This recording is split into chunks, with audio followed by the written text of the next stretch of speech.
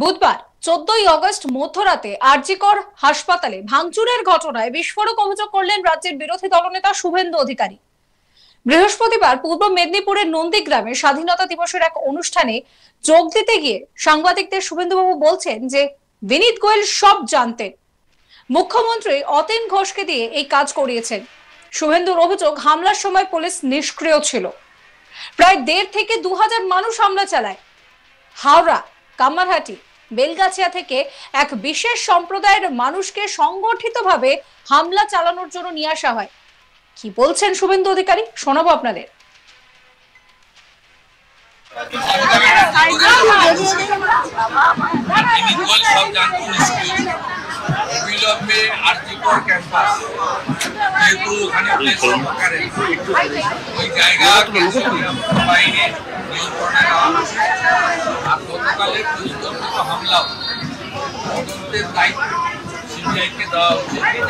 কারণ গতকাল প্রায় 1.5 থেকে 2,000 একটি বিশেষ সম্প্রদায়ের শান্তি বাহিনীকে হাওড়া থেকে, কামারহাটি থেকে এবং বেলগাছিয়া থেকে জড়ো করে হামলা করা।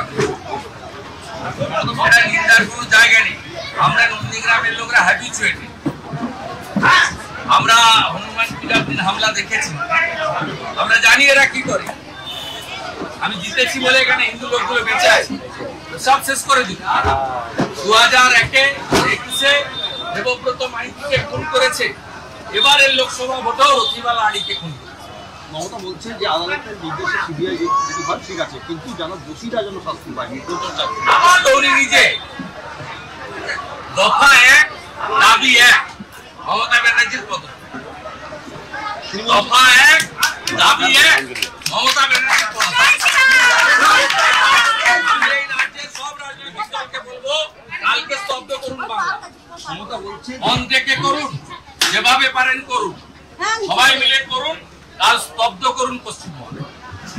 দফা 1 দাবি 1 মমতা ব্যানার্জির পদত্যাগ।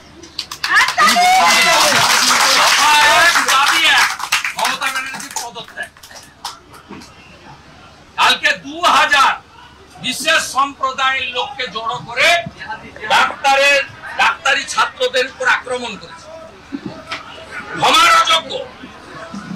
এই টাউন ক্লাবে যারা ককটেল মেরেছিল, পেট্রোল বোম, যারা দেবব্রত মাইতিকে খুন করেছিল চিল্ল গ্রামে, যারা মনসা বাজারে রথিবালা আড়িকে খুন করেছিল, ওই মডেল কলকাতার লোক দেখছে। আমরা তো আগে দেখেছি, তাই নন্দীগ্রামের লোক ওদের ভোট দেয় না। নন্দীগ্রামের লোক আগে থেকে প্রস্তুত হয়ে গেছে। কলকাতা বুঝুক এবারে। তথাকথিত সেকুলারিজম ঝান্ডা নিয়ে ঘুরেন যারা, তাদেরকে বলুন। যারা বলেন না ভাই ভাই ভাই ভাই, তাদের। আরজিকর হাসপাতালে তরুণী ডাক্তার খুনের ঘটনা নিয়ে তোলপাড় পড়ে গিয়েছে গোটা দেশ জুড়ে। বৃহস্পতিবার 15ই আগস্ট স্বাধীনতা দিবসের দিন লালকেল্লা থেকে জাতির উদ্দেশ্যে ভাষণেও কার্যত মহিলাদের ওপরে অত্যাচারের ঘটনা নিয়ে বার্তা দেন নরেন্দ্র মোদী।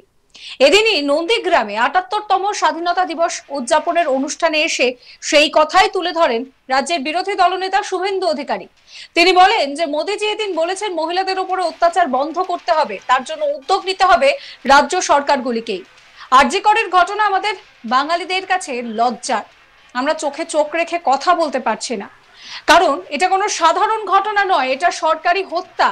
আমার বোনকে খুন করেছে, হাসপাতালে কর্তব্যরত অবস্থায় এই খুনের ঘটনা ঘটেছে, এর থেকে আর লজ্জা কোথায় রাখবো?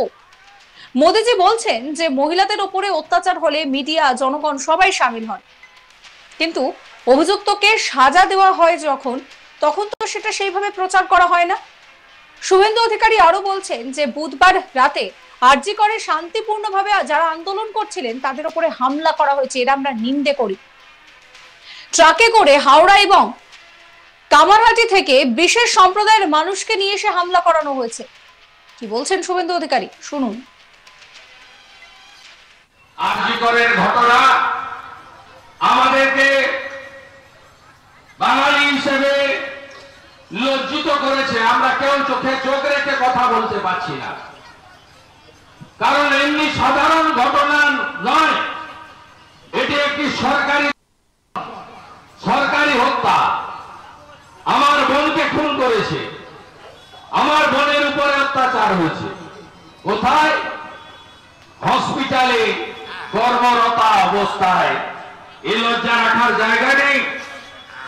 আজকে মোদিজি নারী নির্যাতনের জন্য সোচ্চার আওয়াজ তুলেছেন, বলেছেন মহিলাদের উপর অত্যাচার বন্ধ করতে হবে।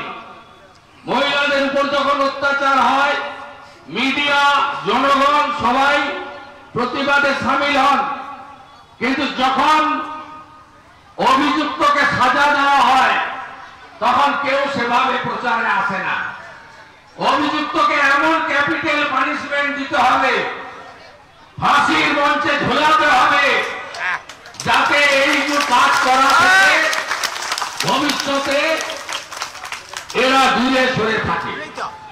দ্বিতীয় কথা তিনি বলেছেন, ভারতবর্ষকে কমজোর করার চেষ্টা হচ্ছে পরিবারবাদ আর জাতিবাদের মাধ্যমে। এ থেকে বেরিয়ে আসতে হবে। আর তিনি ঘোষণা করেছেন, চোরেদের জেল যাত্রা অব্যাহত থাকবে, না খাউঙ্গা না খানে দুঙ্গা। তাই মোদীজির এই বক্তব্য সংকল্পকে নিয়ে আমাদের এগিয়ে যেতে হবে এবং আমাদের সকলকে ভালো থাকতে হবে। আর কি করে শান্তিপূর্ণ আন্দোলন যারা করছিল তাদের উপরে সংগঠিত হামলা হয়েছে, আমরা এর নিন্দা করি। ট্রাকে করে হাওড়া থেকে কামারহাটি থেকে নির্দিষ্ট মানুষজনকে নিয়ে গিয়ে হামলা করেছে শাসকেরা। কলকাতার মানুষ দেখুন কোথায় বসবাস করছেন আপনারা। আমরা তো আগে থেকে প্রস্তুত। নারীদের উপরে অত্যাচার এবং সেই প্রসঙ্গে কি বলছেন নরেন্দ্র মোদী, শুনুন। चिंता की बातें भी आती हैं और मैं आज लाल किले से फिर बार एक अपनी पीड़ा व्यक्त करना चाहता हूं। एक समाज के नाते हमें गंभीरता से सोचना होगा कि हमारी माताओं, बहनों, बेटियों के प्रति जो अत्याचार हो रहे हैं उसके प्रति देश का आक्रोश है, जन सामान्य का आक्रोश है। इस आक्रोश को मैं महसूस कर रहा हूं। इसको देश को, समाज को, हमारी राज्य सरकारों को गंभीरता से लेना होगा। महिलाओं के विरुद्ध अपराधों की जल्द से जल्द जांच हो। সাবস্ক্রাইব করবেন আজ তাক বাংলার ইউটিউব চ্যানেলকে, ফলো করবেন হোয়াটসঅ্যাপ চ্যানেলও।